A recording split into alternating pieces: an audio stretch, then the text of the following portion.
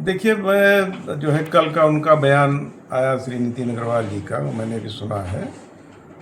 आदरणीय नरेश अग्रवाल जी ने भी अपना बयान दिया है।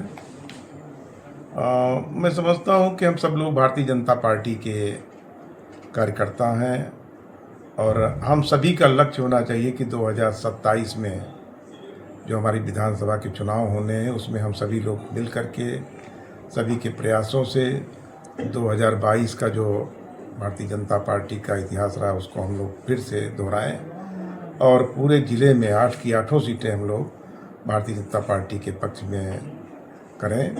ये हम सभी लोगों का प्रयास होगा। और जहाँ तक माननीय नितिन जी का और नरेश जी का जो कल का बयान है, तो मैं समझता हूँ वैसे तो मेरी तरफ से कभी ना तो कोई गुटबाजी की गई, और मैं पूरे अपने 35 सालों के राजनीतिक जीवन में मैं कहना चाहूँगा कि मैंने कभी भी विरोध की राजनीति नहीं की और धोखेबाजी विश्वासघात तो मैंने कभी किया ही नहीं है। राजनीतिक व्यक्ति हैं, हम भी हैं, वो भी हैं। कभी कभी ऐसी बातें हो जाती हैं जिससे थोड़ा मतभेद और मनभेद हो जाता है, और यदि उसको सही समय पे उसको दूर कर दिया जाए तो मैं समझता हूँ ये ज़्यादा उचित रहता है। तो क्या लगता है, मतलब मतभेद जो था वो खत्म हो गया है? मतभेद था ही नहीं, मेरी तरफ से तो कुछ नहीं था, और कुछ लोग बीच में आ करके जो गलतफहमियाँ पैदा करते हैं, या शुरू में ही उन लोगों को रोक दिया गया होता तो इस तरह की परिस्थितियाँ न बनती हैं। नितिन अग्रवाल ने कल ये भी कहा है कि आप बड़े हैं और अगर उनसे कोई गलती हुई तो आपको उनको माफ़ करना चाहिए या उनसे कहा होना चाहिए। ये उनका बड़प्पन है। मैं समझता हूँ कि जो उन्होंने कहा और वो अच्छी बात है, मुझे भी अच्छा लगा। माननीय हमारी सरकार, केंद्र सरकार ने और हमारी प्रदेश सरकार ने दोनों ने बिल्कुल स्पष्ट किया है, जनता के पीछे अपील करी है कि गैस की कोई भी किल्लत या कमी हम देश में और प्रदेश में नहीं होने देंगे। ये जो भ्रम की स्थिति फैलाई जा रही है, मैं कहूँगा ये विपक्ष थोड़ा गैर जिम्मेदाराना, जो इतना गैर जिम्मेदाराना जो हरकतें की जा रही है विपक्ष की तरफ से, ये बिल्कुल उचित नहीं है। जब आप देख रहे हैं कि अंतर्राष्ट्रीय स्तर पे क्या माहौल है, कैसे खाड़ी देशों में युद्ध चल रहा है, ज़्यादातर गैस की आपूर्ति, क्रूड की आपूर्ति हमारी खाड़ी देशों से होती है, लेकिन उसके बावजूद भी हमारे देश के प्रधानमंत्री जी के नेतृत्व में सब स्थितियों को कंट्रोल में रखा गया है, बातचीत करके लगातार आपूर्ति की जा रही है, तो किल्लत किस बात की है? मैं प्रदेश की हरदोई की जनता से मैं ये कहना चाहता हूँ कि किसी प्रकार की किसी भी अफवाह में आने की आवश्यकता नहीं है, कोई भी किल्लत नहीं है। संयम से काम लें, संयम बरतें। हर तरीके की आपूर्ति की जा रही है और किसी तरीके की कोई कमी किसी को नहीं होने दी जाएगी। देखिए, मुझे ये जानकर मैंने ये बात इसलिए कही है, मुझे ये जानकारी कहीं से हुई है कि उन्होंने कहीं पे ये कहा कि मेरे सांसद जी से मेरा कोई मतभेद नहीं है, वो मेरे बड़े भाई हैं, मेरा जो भी मतभेद है नितिन से है। उन्होंने मेरे लिए उल्टा सीधा कहा है। मैं उनसे यही पूछना चाहता हूँ आपके माध्यम से, मैंने मंच से भी मैंने माध्यम से कहा कि अगर वो उनको ये लगता है तो वो उनको मुझे बताना चाहिए था। भाई, मैं उम्र में उनसे छोटा हूँ, वो बड़े हैं, वो सांसद हैं, वो एक्सपीरियंस से भी मुझसे बड़े हैं।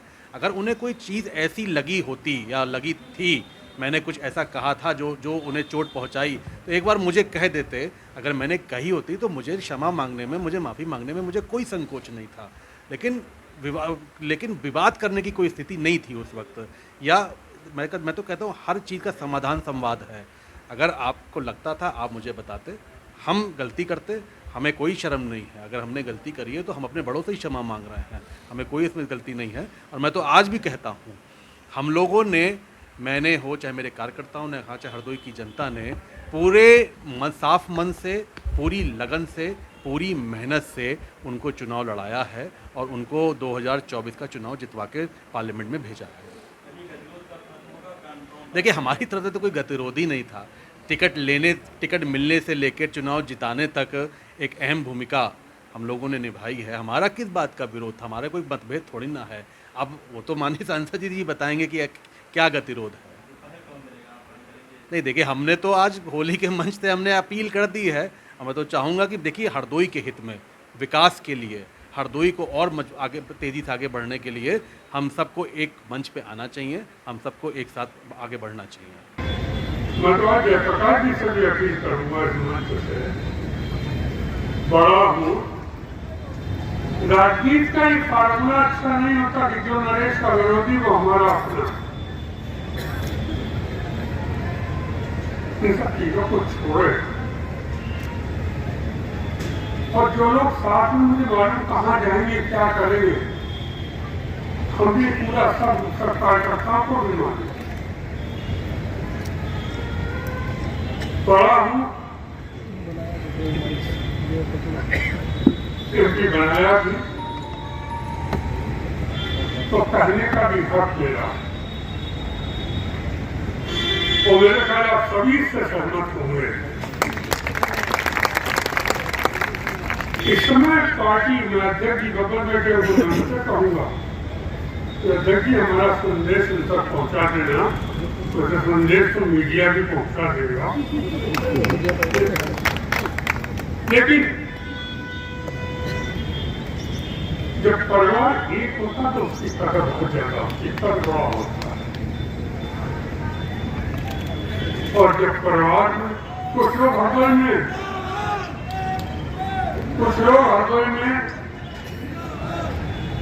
ऐसा लगता है नरेश अग्रवाल से बड़ा विरोध हुआ। हमने किसी की खेती नहीं जोती, किसी का मकान का कब्जा नहीं किया,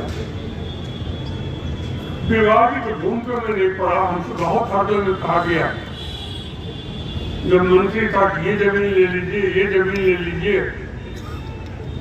मैंने कहा नहीं, मुझे नहीं चाहिए कोई जमीन, हमारे पास मकान हमारा पर्याप्त है और मकान एक बड़ी 10-12 दिन में पूरा तैयार हो जाएगा। तो आपको का जो कहना तो कि घर बन रहा था हमारे में हर कोई नहीं आया, लेकिन लखनऊ में बैठ कर मैं हर कोई की सेवा लगाता था। 15 अधिकारी बनते। मैं पार्टी अध्यक्ष से भी कहूंगा कि अध्यक्ष जी विपक्ष को कभी कमजोर नहीं समझने थे, विपक्ष को कभी कमजोर नहीं समझने। जिसने गलती करी उसे दंड भुगतना पड़ा। मैंने तो हरदम विरोधी को मजबूत माना, चुनाव उसी तरीके से लड़ा जैसे लड़ा जाता है। बहुत से लोग हमसे कहते थे नरेश जी आप क्यों प्राण दे रहे, काहे के लिए जुटे। और सही पार्लियामेंट के चुनाव में इतनी गर्मी पड़ रही थी, लेकिन तो दिन रात ऐसे जुटे थे कि जैसे उनका अपना चुनाव हो। और उसके बाद ही हम 5 में 3 क्षेत्र हारे, फिर हरदोई और भोपाल को 2 ही क्षेत्र जीते। बाकी 3 हारे क्यों हारे, इसके भी तो विचार होना चाहिए। शुक्ला जी बैठे बहुत पुराने भाजपा ही, हम जब विरोध में लड़ते तो अपनी शुक्ला जी को मिल लेते थे, आशीर्वाद ले लेते थे, उसके बाद में सबसे सीधे आज हो रही। आपके राज्य की खबरें, आपके शहर की खबरें सबसे पहले जानने के लिए देखते रहें अमर उजाला। चैनल को सब्सक्राइब जरूर कर लें और पाएं हर अपडेट।